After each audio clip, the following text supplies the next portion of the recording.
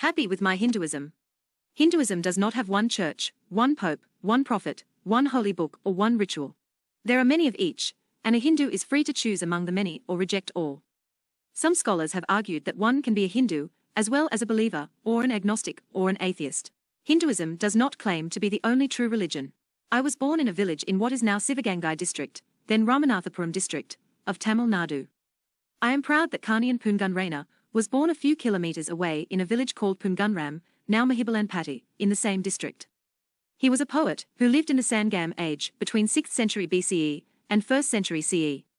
He is best known for his 13-line poem starting with the words Yadam or Yavarum Kalir. A simple translation is every place is my village, everyone is my relation. There are other gems in the poem. The first line is inscribed on the walls of the United Nations. The poem is believed to reflect the way of life of the Tamils 2,000 years ago and earlier. The word Hindu. Tamil literature records the religions of that age as Saivam and Vaishnavam. Samanam, Jainism, and Bauddhism, Buddhism, were later religions. The words Hindu and Hinduism are not found in ancient Tamil literature. According to Mr. Shasha Tharoor, the word Hindu did not exist in any Indian language till its use by foreigners gave Indians a term for self-definition. Most Tamils are born in families that practice Hinduism. They worship many gods, including village deities, celebrate festivals like Pongal and Deepavali, and observe rituals like Pongal, Palkudam, and Kavadi. The Tamil Hindus have lived for centuries with people practicing other religions, especially Christianity, for over 2,000 years and Islam for over 800 years. Muslim and Christian scholars and writers have made remarkable contributions to Tamil literature and the development of the language. To my knowledge, no Tamil Hindu king waged a war to establish the supremacy of the Hindu religion over other religions.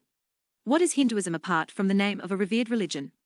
Although I had read books by Drive S. Radhakrishnan and Swami Vivekananda, I never felt it was necessary to undertake that inquiry.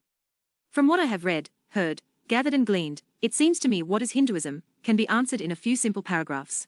Simple truths. Hinduism does not claim to be the only true religion.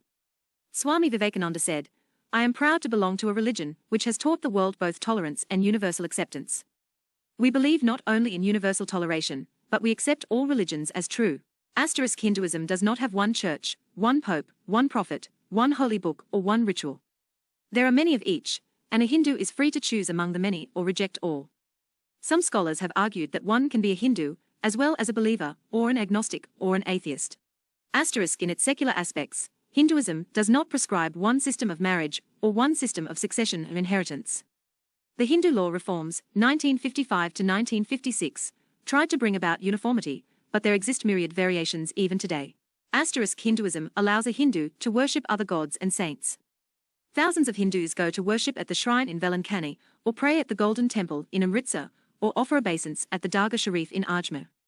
Historians are not agreed whether the Sai Baba of Shirdi was a Muslim or a Hindu. He was perhaps both, because he did not see any difference between the two. One of his famous epigrams was Allah Malik, God is King. Dr. Wendy Doniger, Professor of History of Religions, University of Chicago, who studied Sanskrit and ancient Indian religion for over 50 years, has observed, scholars have known for centuries that the ancient Indians ate beef. She has quoted texts such as Rig Veda and Brahmanas, as well Yajnavalkya and M. N. Srinivas. Currently, most Hindus eat meat, fish and eggs, but not beef. Many Hindus are vegetarian. Dr. Doniger also points out that Gandhiji never called for banning cow slaughter, and quotes him as having said, "How can I force anyone not to slaughter cows unless he is himself so disposed?" It is not as if there were only Hindus in the Indian Union. There are Muslims, Parsis, Christians and other religious groups here. However, many Muslims and Christians do not eat beef, and many non-vegetarians do not eat red meat at all. I don't need Hindutva.